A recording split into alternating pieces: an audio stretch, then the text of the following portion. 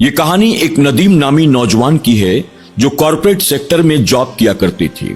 नदीम भाई को असर के वक्त तक छुट्टी मिल जाती थी और मगरिब होने से पहले पहले वो अपने घर पहुंच जाया करती थी। नदीम भाई को आने जाने में तकरीबन आधा घंटा लगता था, लेकिन दरमियान में एक रास्ता ऐसा था जो कि शॉर्टकट था। अगर नदीम भाई वहां से अपने ऑफिस और ऑफिस से घर आते जाते तो 12-13 मिनट के अंदर इत्मीनान से वो अपने घर पहुंच सकते थे। लेकिन उस रास्ते के बारे में ये मशहूर था कि वहां एक चुड़ैल रहती है जो आने जाने वालों को पकड़ लेती है, उन्हें तकलीफ पहुंचाती है। यही वजह थी कि उस चुड़ैल के डर से उस रास्ते से लोग आते जाते नहीं थे। लेकिन नदीम भाई इन तमाम बातों को दकियानूसी मानते थे। वो पढ़े लिखे थे, वालिदैन दीनदार थे। नदीम भाई ने एक दिन कहा कि चलो हम छुट्टी होने के बाद उसी शॉर्टकट से अपने घर जाकर देखते हैं क्या चुड़ैल से रास्ते में मुलाकात होती है या नहीं। लेकिन नदीम भाई ने हिसार के तौर पर आयतल कुर्सी पढ़ा, अपने ऊपर दम किया।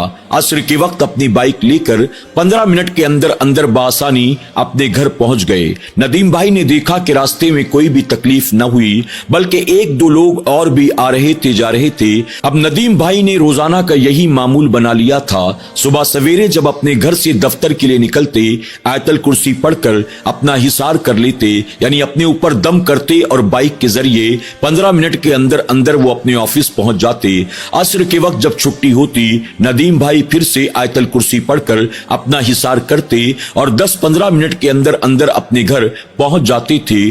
कई मर्तबा उनके साथ काम करने वाले लोगों ने उन्हें समझाया भी, नदीम उस गली से मत आया जाया करो, तुम अभी नए नए हो, तुम नहीं जानते उस गली और गली में रहने वाली चुड़ैल के ताल्लुक से बहुत सारी कहानियां मशहूर हैं। कई लोग ऐसे हैं जो अजनबी थे, जिन्हें उस गली और चुड़ैल के बारे में कुछ भी मालूम नहीं था। उस गली से गुजरे और उसके बाद उनका कोई पता ही नहीं चला। किसी को पता नहीं कि वो कहां गायब हो गए। इसी तरह किसी ने अपनी आंख से अगर उस चुड़ैल को देख लिया तो कई दिनों तक बिस्तर पर बीमार पड़ा रहा। आने जाने वाले कई लोग तरह तरह के हादसों के शिकार भी हो गए। यानी नदीम के साथ काम करने वाले लोग उन्हें बार बार समझाते कि नदीम थोड़ा टाइम ज्यादा लगता है तो क्या मसला है, कम से कम तुम सेफ तो हो, तुम उसी लॉन्ग रूट से जाया करो, शॉर्टकट के चक्कर में उस रास्ते से मत आया जाया करो। लेकिन नदीम भाई तमाम लोगों की बातों को टाल देते, उनका मजाक उड़ाते और कहते दुनिया चांद पर बस्ती बसाने की बात कर रही है और तुम गली की चुड़ैल की बात करते हो। छोड़ो ये सब कुछ, हम आईटी सेक्टर के लोग हैं, हम जवान हैं, पढ़े लिखे हैं, हम तरक्की याफ्ता दौर के लोग हैं, हम इन तमाम तरह की दकियानूसी बातों को बिल्कुल नहीं मानते। यानी नदीम भाई को अगर कोई समझाने की कोशिश करता, उसे उल्टा जवाब देते, बल्कि उसका मजाक भी उड़ाया करती थी। एक दिन नदीम भाई जब अपने काम पर थे, असर के वक्त आमतौर पर छुट्टी हो जाया करती थी, लेकिन आज काम कुछ ज्यादा था। छुट्टी होते होते रात के तकरीबन 8-8:30 बज चुके थे। नदीम भाई की जब छुट्टी हुई, जल्दबाजी में वो बाइक को स्टार्ट करके निकल पड़े। आज वो आयतल कुर्सी पढ़कर अपना हिसार करना भूल गए। नदीम भाई कहते हैं कि बाइक लेकर जब मैं उस गली में पहुंचा तो गली में चारों तरफ अंधेरा और सन्नाटा छाया हुआ था। आज की शब गली को पहली बार देखकर मेरे दिल में खौफ पैदा हुआ।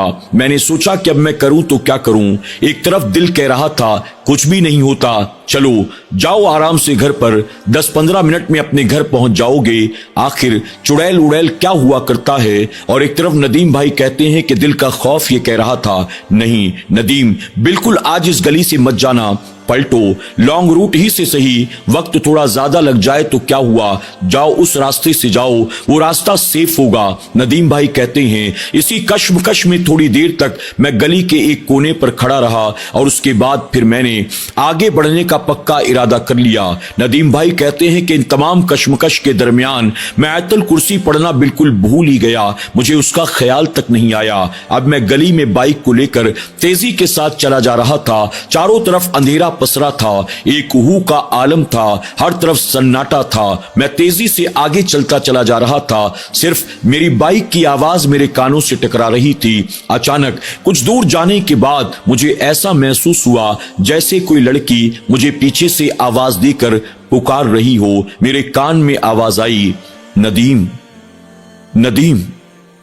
नदीम भाई कहते हैं कि जैसे ही इस आवाज को मैंने सुना मेरे दिल की धड़कनें तेज हो गईं। मुझे समझ में नहीं आ रहा था कि मैं करूं तो क्या करूं। मैंने अपनी रफ्तार को मजीद तेज कर लिया। फिर से आवाज आई, नदीम बाइक को रोको, बाइक को रोको, देखो मैं तुम्हारा इंतजार कर रही हूं, रुको तो सही।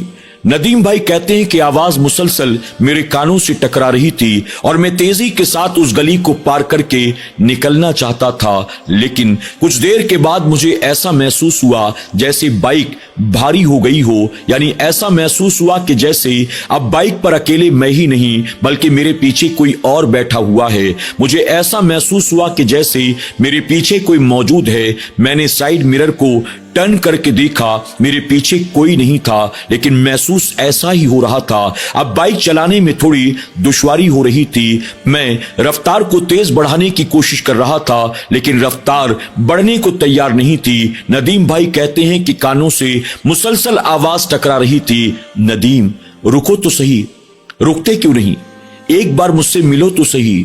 नदीम भाई कहते हैं अचानक मुझे ऐसा लगा जैसे मेरे कांधे पर दोनों तरफ से किसी ने हाथ रख दिया हो।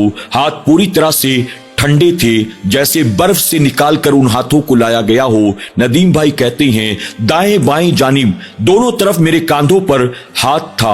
हाथ को मैंने पलट कर देखा, बिल्कुल सफेद रंग का हाथ था। हड्डियों का ढांचा मालूम देता था। ऐसा लगता था कि जैसे कब्र के अंदर से किसी मुर्दे को निकाल कर लाया गया हो और कब्र के अंदर रहने की वजह से उसके जिस्म का गोश्त पोश्त गल गया हो, सिर्फ हड्डियों का ढांचा था। जब उन हाथों को मैंने देखा मेरे अंदर खौफ पैदा हो गया, कंपकपी तारी हो गई। अब मुझसे बाइक भी चलाई नहीं जाती थी। मैं समझ नहीं पा रहा था कि मैं करूं तो क्या करूं, बाइक से उतर कर भागूं या इस चुड़ैल का मुकाबला करूं। नदीम भाई कहते हैं कि मैंने पलट कर पीछे की तरफ देखा, मेरे पीछे कोई भी मौजूद नहीं था, बस मेरे कांधे पर दो हाथ मौजूद थे और मेरे कानों में किसी लड़की की मुसलसल आवाज आ रही थी, नदीम रुको तो सही, रुको तो सही, मुझसे एक बार मुलाकात तो करो। नदीम भाई कहते हैं मैं अब बाइक चला नहीं पा रहा था। अचानक मैंने रफ्तार को पूरी तरह से तेज करने की कोशिश की। वो जो हाथ मेरे कांधे पर थे, ऐसा लगा कि जैसे उन हाथों ने अपने नाखूनों को मेरे कांधे पर चुभाया हो। नाखून मेरे कांधों में चुभ रहे थे। मुझे इतना शिद्दत का दर्द हुआ, मुझसे बाइक संभाली न गई और आखिरकार मेरी बाइक अचानक किसी चीज से जोरदार टकराई और मैं जमीन पर मुंह के बल गिर पड़ा। नदीम भाई कहते हैं कि जैसे ही मैं जमीन पर मुंह के बल गिरा, अब मुझे उस औरत की आवाज तो नहीं आ रही थी, लेकिन ऐसा लग रहा था मेरे गिरने को देखकर कोई जोरदार कहकहे लगा रहा हो। उस कहकहे की आवाज से मेरे कान के पर्दे फट जाएंगे, मुझे ऐसा महसूस हुआ। थोड़ी देर के बाद कहते हैं मुझ पर गशी तारी हो गई। बाइक एक तरफ पड़ी थी, मैं एक तरफ पड़ा था। फिर मुझे क्या हुआ, मुझे कुछ भी होश नहीं। अगली सुबह जब सूरज की किरणें मेरे चेहरे पर पड़ी तो मेरी आंख खुली। मैंने देखा कि मेरा पूरा जिस्म जख्मी था। मेरे जिस्म के मुख्तलिफ हिस्सों से खून बह रहा था। एक तरफ मेरी बाइक पड़ी हुई थी। मैंने जैसे तैसे अपने आप को संभाला। गली में उस वक्त चारों तरफ सन्नाटा छाया हुआ था, दूर दूर तक कोई भी नजर नहीं आ रहा था। मैंने आगे बढ़कर अपनी बाइक को उठाया। उठाने के बाद मैंने उसे स्टार्ट किया और आहिस्ता आहिस्ता मैं जैसे तैसे अपने घर पहुंचा। जब घर पहुंचा तो सुबह के 9 बज रहे थे। मेरे घर पर एक हंगामा बपा था। मेरे बीवी बच्चे माँ बाप सब परेशान थे।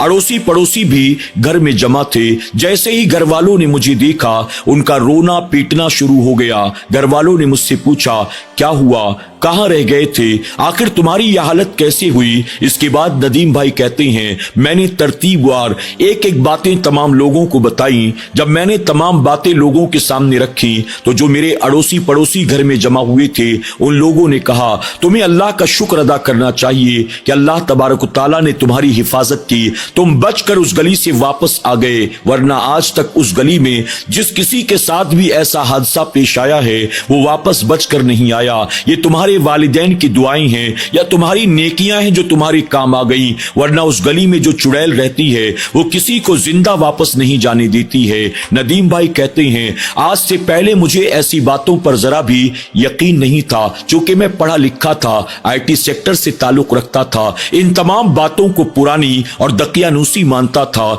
लेकिन जब जिंदगी में मेरे साथ यह हादसा पेश आया तो फिर मुझे ऐसी बातों पर यकीन हो गया, वरना मैं जिन्नात को, जिनजादियों को हरगिज कभी मानता ही नहीं था और मैं ये कहता था कि ये सारी चीजें दकियानूसी हैं, असलियत से इनका कोई ताल्लुक नहीं है। दुनिया तरक्की कर चुकी है, साइंस इतना आगे बढ़ चुकी है और लोग अभी तक जिन, परी, भूत में अटके हुए हैं। लेकिन नदीम भाई कहते हैं, उस दिन मेरे साथ जो हादसा पेश आया उसके बाद मुझे ऐसी बातों पर यकीन हो गया। इसके बाद मैंने अल्लाह का शुक्र अदा किया, साथ ही मैंने कान पकड़ा, अपने माँ बाप से, बीवी बच्चों से मैंने वादा किया, आज के बाद उस गली की तरफ कभी मैं पलट कर भी नहीं देखूंगा।